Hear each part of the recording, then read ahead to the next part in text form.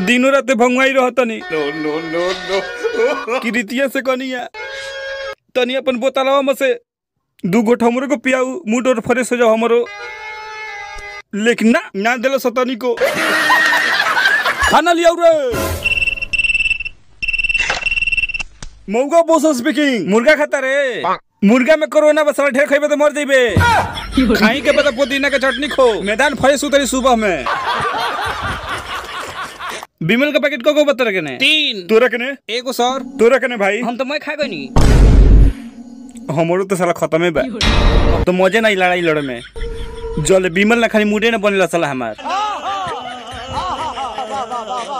ठाकुर पता लागल कि तू खूब बिमल खाता रे। एगो बिमल का पैकेट हमरो के दे दे ठाकुर। लास्ट खाली पूछा तन देबे कि ना। एगो बिमल के पैकेट हमरो के दे दे ठाकुर। एगो बिमल के पैकेट हमरो के दे दे ठाकुर।